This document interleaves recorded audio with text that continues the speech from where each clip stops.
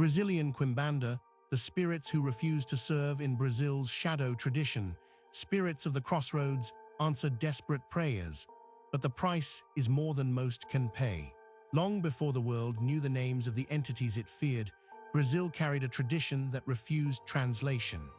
Quimbanda emerges not from a single moment of founding, but from centuries of survival, adaptation, and the refusal of enslaved African peoples to surrender their spiritual power to colonial force.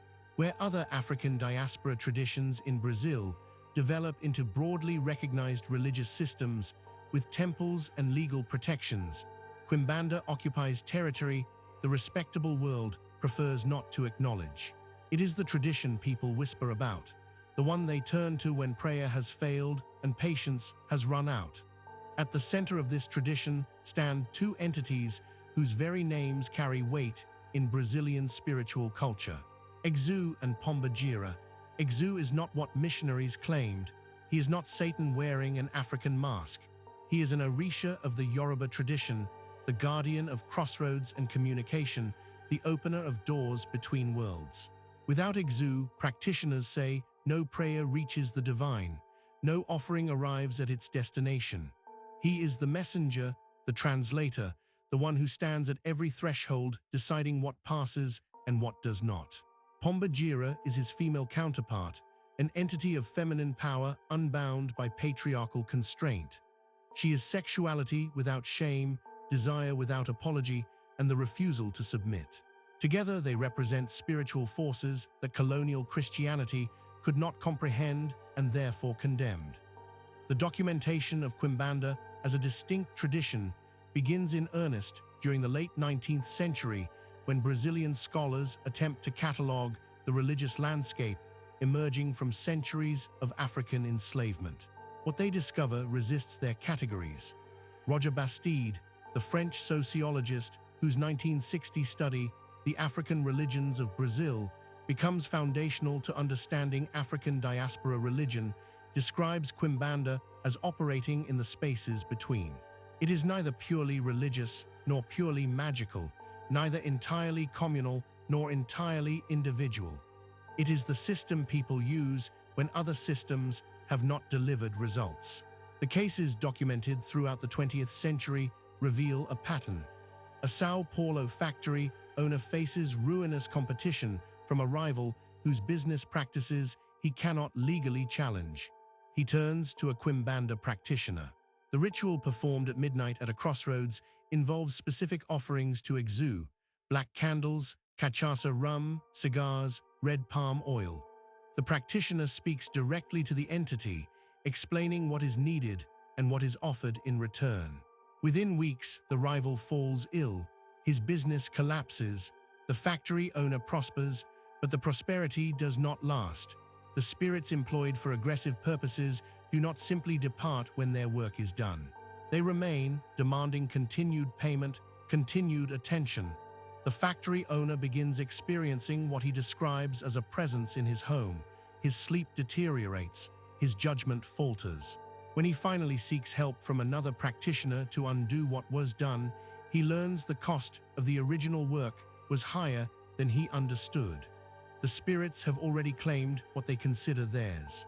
In Rio de Janeiro in 1947, anthropologists document a case that becomes a teaching example in Brazilian religious studies. A family matriarch blames her son-in-law for her daughter's miscarriage. Whether the blame is medically justified matters less to her than the need for justice. She seeks out a Mida Santo, a mother of the saint, who specializes in aggressive Quimbanda work. The ritual targets the son-in-law specifically. Over 3 months, he suffers a series of accidents, none fatal, but each more serious than the last. A fall from a ladder, a car collision, a sudden illness that hospitalizes him for a week. Finally, a curandeiro, a traditional healer, identifies the spiritual source during a consultation for an unrelated matter. The curandeiro contacts the original Mida Santo and negotiates what is called a spiritual settlement. The matriarch must acknowledge the work and agree to end it. Additional offerings must be made. The son-in-law must participate in a cleansing ritual. Only then does the pattern of accidents cease. Father Gabriel Amorth enters this landscape from an entirely different tradition.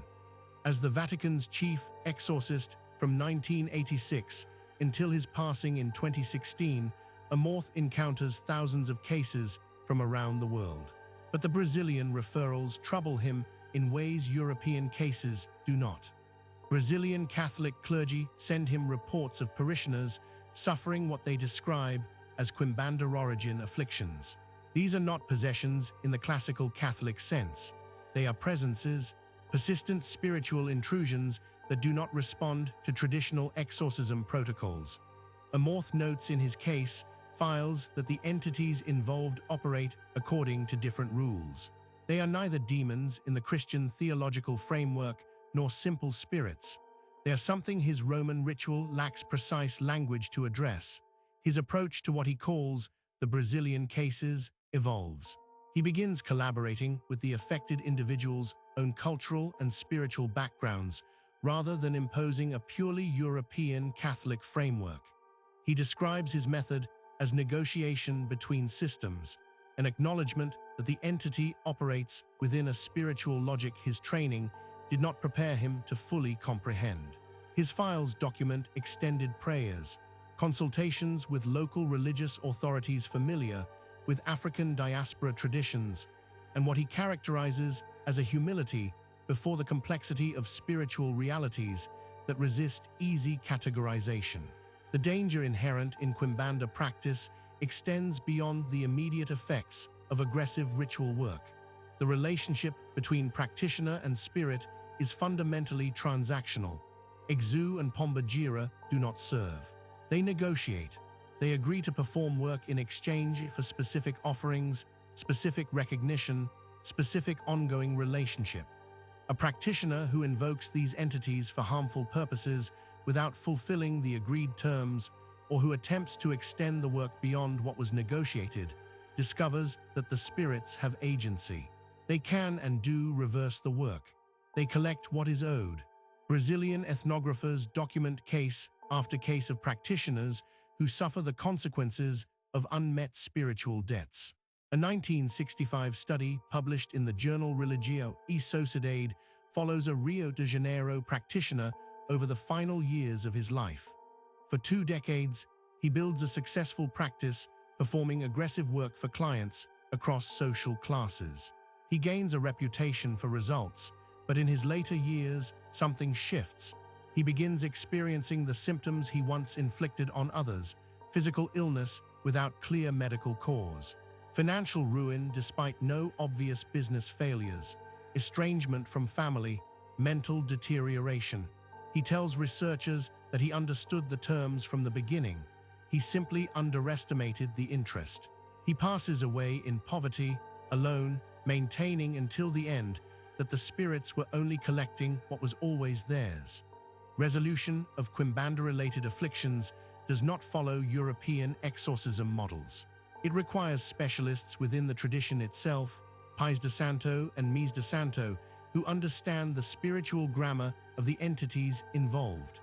These practitioners perform elaborate rituals at crossroads, the sacred spaces where Exu holds dominion.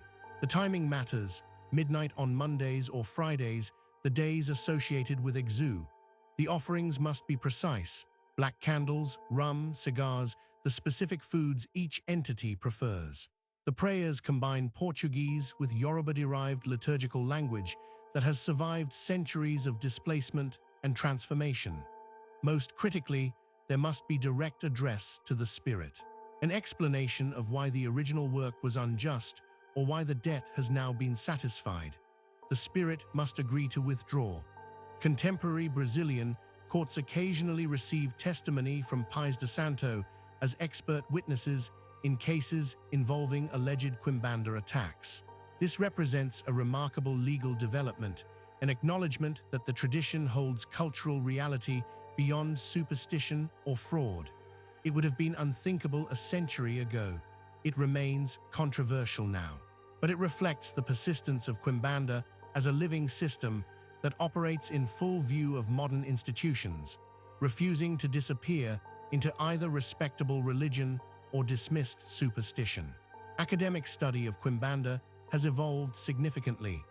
Brazilian universities now approach it as a legitimate religious tradition with historical roots in the Bantu spiritual systems of Central Africa, particularly the traditions of the Kingdom of Congo. Scholars recognize that the demonization of Exu, the equation of this Orisha with Satan, represents colonial imposition rather than theological accuracy. It reveals more about European missionary anxieties than about the entity itself. Yet the aggressive applications of the practice continue to generate documented cases. The cycle of spiritual action and reaction, harm and counter-harm, persists in ways that resist easy interpretation. Father Amorth's extensive notes on his Brazilian referrals were sealed after his passing in 2016. They were deposited with the Vatican's archive on unusual pastoral cases, where they remain inaccessible to researchers. One more document in the long, complicated record of what happens when African spiritual power meets a world that never expected it to survive, never imagined it would adapt, and still struggles to comprehend what it represents. Quimbanda endures because it answers needs that other systems do not address. When legal justice fails, when prayers go unanswered, when desperation reaches the point where consequences become secondary to results, people find their way to the crossroads. They make their offerings, they speak their petitions, and the spirits who stand at the threshold between worlds listen, negotiate, and sometimes agree. What happens after that depends entirely on whether the petitioner understands what they have truly asked for and whether they can pay what will ultimately be required. The tradition continues in Brazilian cities and countryside alike, passed through lineages of practitioners who guard its knowledge while adapting to each generation's needs. It is both ancient and contemporary, both African and Brazilian, both feared and sought. It is the shadow tradition that refuses to remain in shadow, the spiritual system that insists on its own reality regardless of who acknowledges or condemns it. If you found this case compelling, subscribe to Vanishing Roads for more documented paranormal investigations from around the world.